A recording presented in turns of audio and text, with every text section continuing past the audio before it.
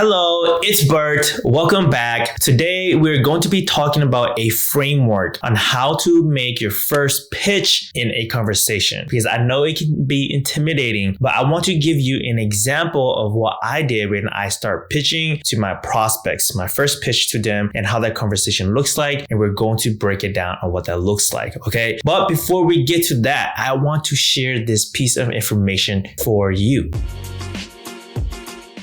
It is that your first client exists in your network. They are sometimes the people that are closest to you. And I say that because my first client was actually from my network. So when you are making your first pitch, transitioning from your hobby into income, your side hustle, or your new business idea, talk to your friends, your families, your network, your community. The people that are closer to you are tending to be the ones that will invest in you because you have already built that rapport, that relationship, or some kind of communication and some kind of connection. So start with that. So without further ado, let's jump ahead and get into this conversation and what that looks like. All right. What I have pulled up here is a conversation that I had with a client of mine, or what I call it a prospected client that I feel like might be a potential collaboration. So this is the conversation I started off. And again, I actually known this person for quite a while. We aren't friends. I wouldn't really say acquaintances yet, but we've just, ran into each other. I know he does amazing work. He's a speaker. He also does a lot of social content. So that I know that maybe my service could benefit him. So I've already, again, built that rapport because he does know me, my work, and we have met a couple, maybe once or twice. So this is my approach, and I want to share this with you. Okay, diving into our conversation here. So,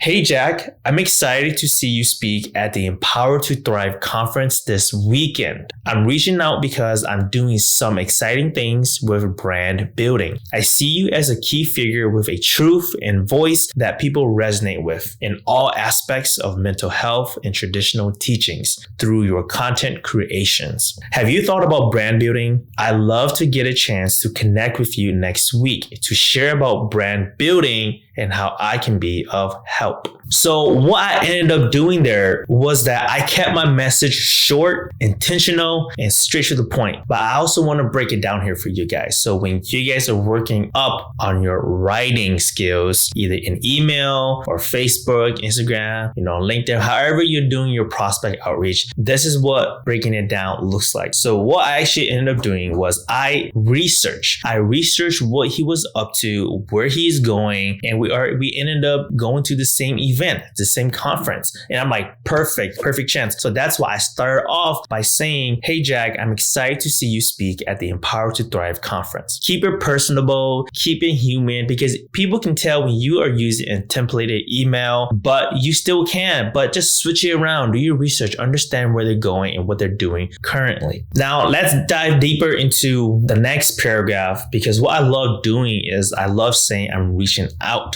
because that's where you become intentional. And sometimes I myself get annoyed when people message me without getting to the point, because again, time is valuable, right? So you want to get to the point. So I always start off by saying I'm reaching out because I'm doing some exciting things with brand building. I'm reaching out. I'm going to be talking about brand building. So when he sees that, he's like, okay, Bert is reaching out to me because he wants to talk to me about brand building. No fluff, get to the point, and you can do it this way. And I also said some exciting things, creating that connection, letting him know that, hey, I have some exciting things that I want to share with you. And on the receiving end, he could be like, oh, exciting, I want to know, or okay, let me hear it. And that is also a more warmly inviting and welcoming message. Get to the point. So let's move on to the next sentence. I see you as a key figure with a truth and voice that people resonate with in all aspects of mental health and traditional teachings through your content creations. Now, I want to pause there. This part is key, okay? Because when you do your research, not only do you want to know what they've been up to, but you want to know who they are. You want to acknowledge. The key word is to acknowledge them, acknowledge their success, acknowledge their current work, because that is how you are personable. You don't want to copy and paste over, because they can definitely tell that. And I know you can too. So how did I keep it personable? It's because I started off by saying my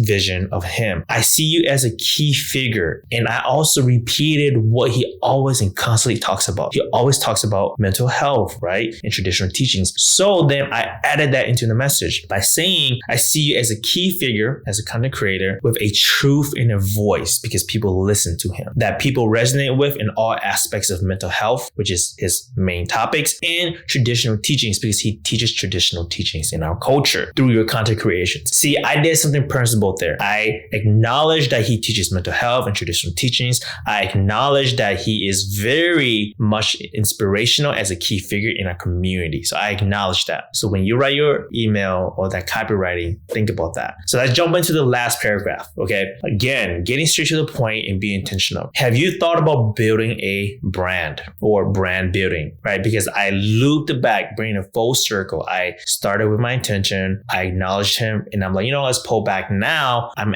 really asking, have you thought about brand building, right? And then I go into, I love to get a chance to connect with you next week to share about brand building and how I can be of help. My intention is that I don't want to sell you anything. I just want to connect with you to talk about brand building and how I can possibly help. And then once we get that connect call, then I can start selling my services. I don't sell it right away in the message. I just tell him, hey, I want to talk to you about brand building. Would you be comfortable in connecting next week or this week? And one thing I want to add too is that always end it with a CTA, meaning a call to action. I didn't particularly have it in this message, but what I do tend to do is that I will sometimes say, for example, have you ever thought about brand building? I would love to connect with you this week. If you're available, here is my schedule. Because then you are giving them something to react to, something to do. So it's always good to end with a call to action, either saying, here, you can look through my calendar here, you can sign up here, you can give me a call here. You can do that. Or you can just kind of end it simply how I do. Are you available to connect next week? That is also a CTA. Maybe not as actionable, but it gives them something to be like, hey, maybe I am available next weekend. So that is the breakdown of my conversation. So I want to pause there and let this sink in and say that, when you are reaching out to a prospective client, 1,